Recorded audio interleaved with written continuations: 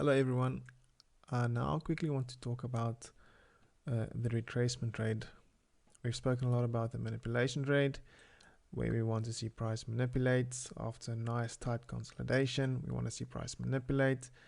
We get our initiation, our entry, and then we trade the continuation to the upside. But now, what about those days where we don't get a super clean Asian range, or we see just a push towards the upside while we are still bullish? Do we then take this as a short, thinking that this is the manipulation?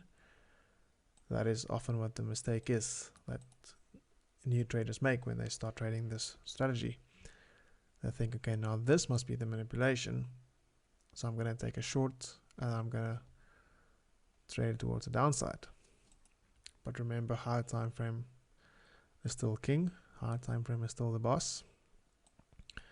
So basically, when we see the retracement, or when we see the Asian range, and it's more like a trending range, and we see prices continuing uptrending, we then want to see, and only then, at Frankfurt Open, we want to see the retracement into a wick zone or an order block. So we want to see it into a wick zone or an order block. So once price has pushed up and we see that retracement, this is the retracement.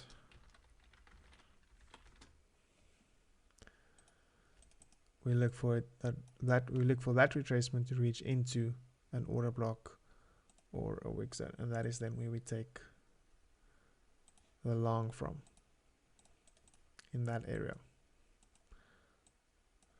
So just to recap, we do not have a nice Asian range. We do not see the push towards the downside and then up. No, we see price ranging up and continue to range up. And then at Frankfurt Open, we see the pullback towards a wick zone or order block. And that is then where we look for the continuation.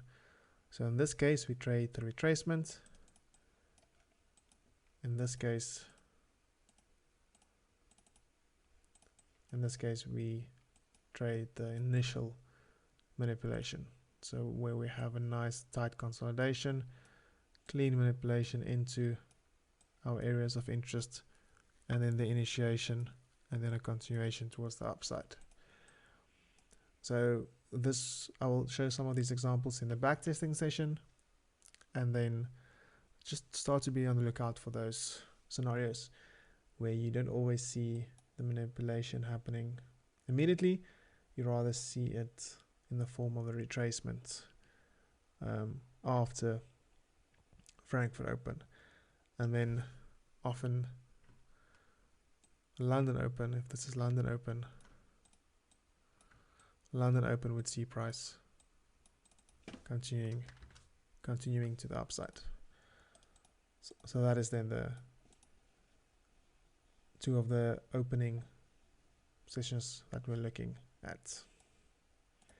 Another setup that I like to trade, and you would often see this on my Instagram as well, where I share these trades, is when we have price pushing towards the upside. So we have our manipulation off of the back of our continuation or our Asian range, and then price consolidates a bit again, and then we create, if you remember the stop hunt video or manipulation video, we have our equal highs, and then we see this final stop hunt,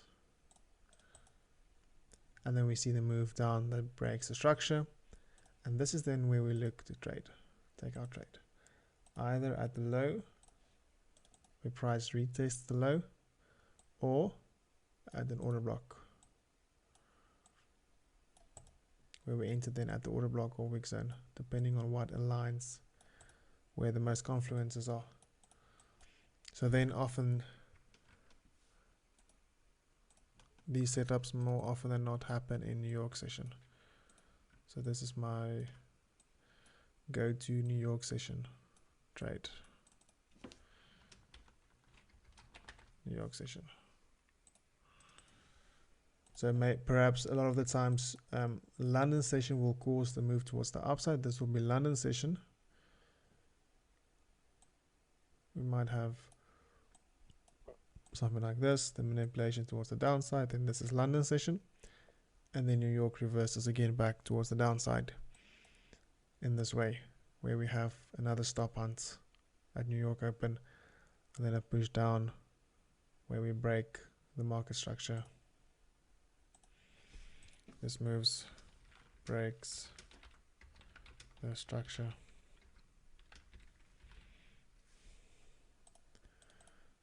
The structure to the left, it breaks the structure, and then we just wait for the retracement where we then take a short position to the downside. And all of this is true for the opposite as well, for bullish examples and bearish examples. Sorry, I've did that one oppositely now. But yes, so I hope you understand. I hope that it was insightful and that you will start to look for these patterns on your charts.